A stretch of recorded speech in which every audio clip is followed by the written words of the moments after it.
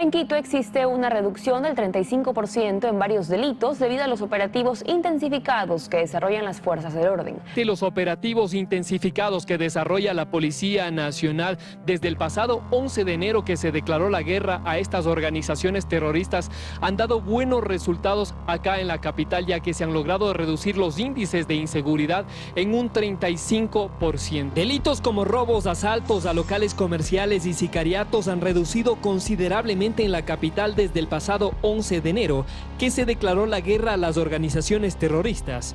El comandante del Distrito Metropolitano de Quito manifiesta que esto es gracias a los macrooperativos que se han intensificado en la ciudad, donde participan más de 30 uniformados que se despliegan a las zonas más conflictivas y transitadas.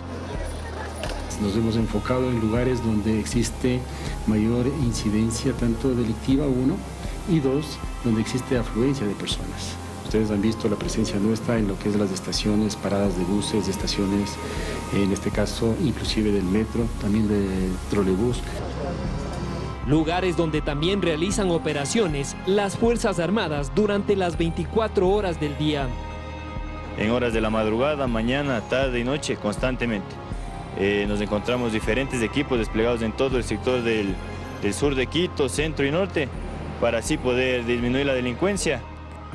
Las autoridades van cambiando las estrategias de seguridad en la ciudad dependiendo del comportamiento de los criminales. Pavón sostiene, por ejemplo, que si bien hay una reducción en delitos comunes, han evidenciado que las alertas de atentados se han incrementado en varios distritos durante lo que va del año. En el marco del terrorismo nosotros hemos atendido 59 alertas desde el 11 de enero. Y estas 59 alertas, 21 de ellas fueron desactivadas, fueron reales, en las cuales nosotros hemos intervenido con las unidades especializadas. Además detalló que en estas casi 3 semanas se han detenido en Quito a más de 700 personas vinculadas a actos terroristas, sicariatos y robos. Estamos ya afinando lo que es la inteligencia táctica, la inteligencia operativa, toda vez que información estamos trabajando ya también con la empresa privada, centros comerciales, uno de los aliados estratégicos, toda vez que vamos a utilizar la tecnología que ya se tiene. En Quito, las fuerzas del orden ejecutan alrededor de 80 operativos a diario. El despliegue fundamentalmente se enfoca en lugares conflictivos y ahora en los exteriores de las instituciones educativas. El acuerdo de cooperación entre Ecuador y Estados Unidos no implica un riesgo de soberanía, ya que las operaciones estarán comandadas por agentes nacionales. Un excomandante de la Fuerza Aérea señala que los controles ayudarán a detener el mercado ilícito de la droga.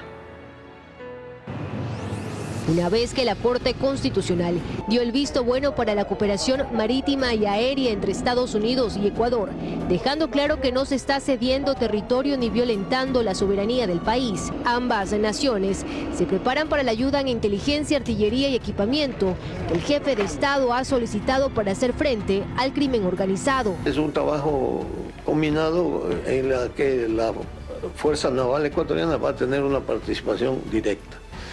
En las operaciones aéreas no puede hacerse ninguna operación sin la autorización del ministro de Defensa. Cartera de Estado que también coordinará las operaciones de las aeronaves estadounidenses que podrán actuar bajo 3 momentos, ya sea por tránsito, aterrizaje y permanencia temporal en la base aérea Simón Bolívar u otros aeropuertos, y para transmitir órdenes de la Fuerza Aérea Ecuatoriana a aeronaves sospechosas. Si se detecta una aeronave que no cumple con esta disposición, puede ser derribada. De igual forma, en el ámbito marítimo, las operaciones contra actividades ilícitas no podrán darse sin la autorización del Estado ecuatoriano y solo se conferirá tomando en cuenta 4 escenarios: cuando se posee la autorización de un agente ecuatoriano a bordo de un buque estadounidense, cuando una embarcación sospechosa fuera del mar territorial de cualquier nación busque refugiarse en nuestro territorio, si se detecta una embarcación sospechosa en mar ecuatoriano, al igual que cuando se detecte una embarcación sospechosa realizando pesca ilegal en zona económica exclusiva de Ecuador. El reporte de cada una de estas operaciones, los enfrentamientos si es que hubiesen, los descubrimientos si es que hubiesen, las detenciones, los derribos, deben ser controladas tanto por la Fuerza Naval en el mar, cuanto por la Fuerza Aérea en el espacio aéreo. Como parte de esta asistencia, Ecuador conferirá a agentes de la Fuerza de Estados Unidos y funcionarios de defensa inmunidades equivalentes a la del personal de las misiones diplomáticas. Y la pugna por la presidencia de la Corte Nacional de Justicia enfrenta a dos jueces que, sin votos para alcanzar las funciones, creen que la ley les permitiría asumir el cargo. Iván Saquicela promueve la prórroga de sus funciones, mientras Daniela Camacho hace la apuesta por la subrogación por ser la mejor puntuada y más antigua. Este momento entonces del Pleno tendría que autoconvocarse. Esa es una de las soluciones. O esperar al 5 de febrero y autoconvocarnos. Es quizá lo único en lo que coinciden los jueces que ahora se enfrentan por la presidencia de la Corte Nacional de Justicia, que la solución está en manos del Pleno. Pues hay cuenta regresiva y sin la elección de la máxima autoridad hay riesgo de caer en acefalía. En la disputa están Daniela Camacho, que busca la presidencia, frente a Iván Saquicela, que pretende la reelección. No podemos estar en una disputa por la presidencia en momentos, sobre todo como está el país, en un estado de guerra. Pero sí, la pugna es innegable porque ninguno tuvo los 12 votos necesarios para ser presidente y eso los llevó a buscar un diálogo en el que tampoco se dieron posiciones. Dieron su palabra. Daniela Camacho dijo que si ella no tenía los votos suficientes sería. No nos comprometimos. El doctor Saquicela nos llamó a su despacho a fin de que dijo, miren, 3 candidatos es mucho, alguien tiene que ceder. Pues la respuesta fue, bueno, tú ya fuiste presidente. Saquicela trae a colación el Código Orgánico de la Función Judicial y cree que sin la elección definida, la prórroga de sus funciones garantizará la institucionalidad. La norma es clarísima de que se deberá estar en funciones prorrogadas hasta ser legalmente reemplazado. No obstante, Camacho reconoce que la Corte ha caído en un momento inédito, para el cual no hay normativa que lo resuelva. No tenemos norma para la prórroga y no tenemos norma para la antigüedad. Para Corte Nacional, no la tenemos. Las leyes son claras, escritas, no sujetas a analogías ni interpretaciones extensivas, menos, quizá, antojadizas. Es quizá el Pleno de la Corte el escenario en el que se pueda encontrar una salida frente a dos posiciones abiertamente irreconciliables. Decisión que también deberá acelerarse, pues en esta semana 4 jueces dejarán sus funciones y la Corte no solo que no tendría presidente, ni siquiera podría tener quórum para elegirlo. En la Asamblea buscan salidas para destrabar la aprobación del proyecto de ley que busca incrementar el IVA. El presidente Henry Kronfle propone que el informe para segundo debate contenga las propuestas de Revolución Ciudadana y del PSC. Fue el presidente de la Asamblea Nacional, Henry Kronfle, quien hace una propuesta para destrabar el proyecto de ley económica urgente que envió el presidente y que propone incrementar el IVA.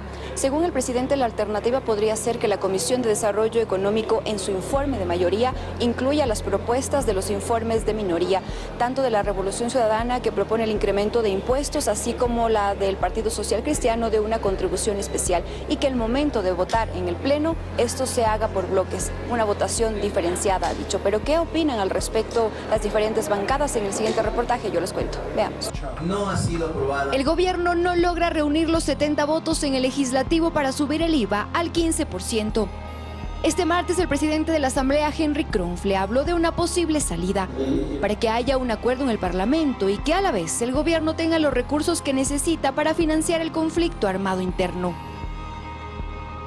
En buena lid deberíamos de tratar de que lo que esté en los informes de minoría se incorpore en el informe de mayoría y se separen las votaciones para entonces darle una salida al país en esto.